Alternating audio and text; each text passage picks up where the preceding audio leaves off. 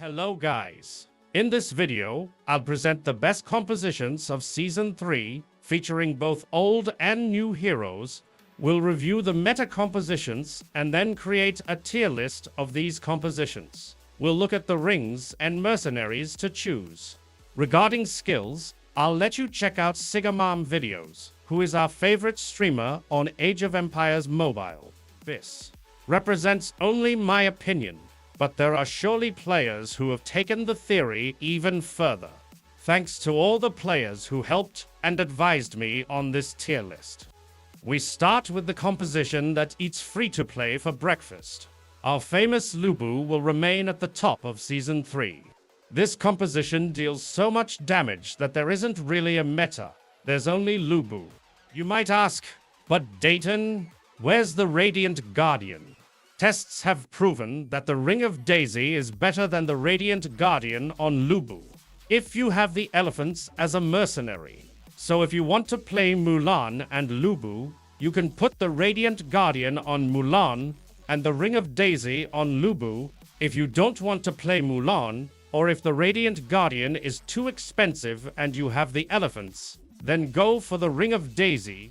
Here's the new composition for the new hero in MGE Season 3.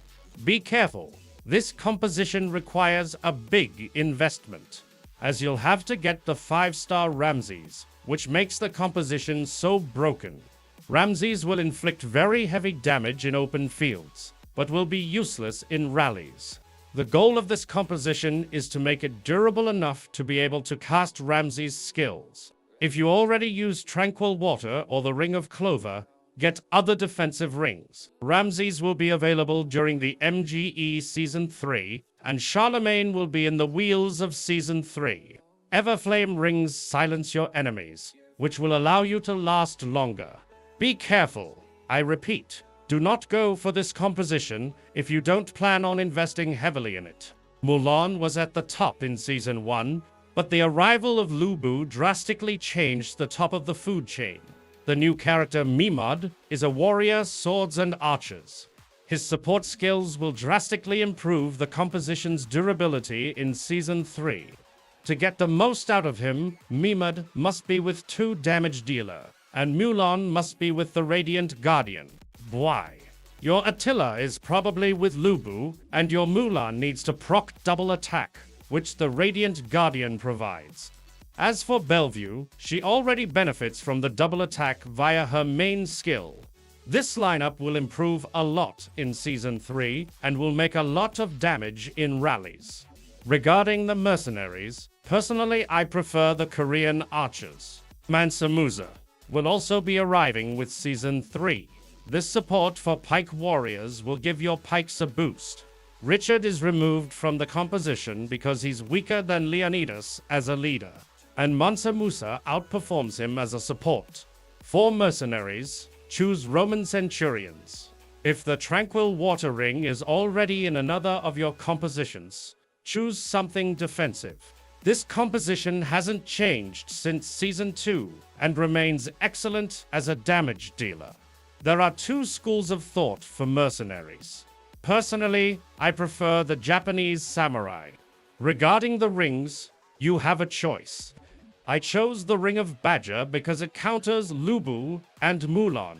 This composition is quite versatile and can be played in several different ways. Some players use Caesar as the leader to build a powerful DPS setup for 1v1 scenarios, while others prefer Ram to provide support. Bushra can even replace Caesar to add more tankiness. When it comes to mercenaries, Swiss pikemen are the optimal choice for this setup. The Sage and Falcon rings are essential, and for the 3rd ring, it's best to choose something defensive. This is currently the only tanking debuffing composition in the game. Although Lubu is in the spotlight, cavalry tacticians still stand out due to their uniqueness. Using elephants as mercenaries allows you to skip the Radiant Guardian. For Justinian's ring, pick something defensive. Now, we'll try to create a tier list of Season 3 compositions. This ranking assumes that the heroes have the same investment levels. Each composition has its strengths and weaknesses, but I won't consider them here because I'll instead prioritize their overall usefulness. Obviously, Lubu will remain at the top of Season 3, followed by Ramses. With the arrival of Mimade, Mulan will be in the top 3. As for the others, they are all equal, depending on how you use them and the investment you put into your heroes. A warrior's pike composition with a high investment will defeat an average Lubu quite easily. Big Hannibal will eat a Mulan, and even a Miyamoto quite easily. With a significant investment, a Marshal Pike composition will take down the Lubu. However, be careful not to get swarmed, as this is a Marshal Pike's weakness. The same goes for the Warrior's Pikes composition.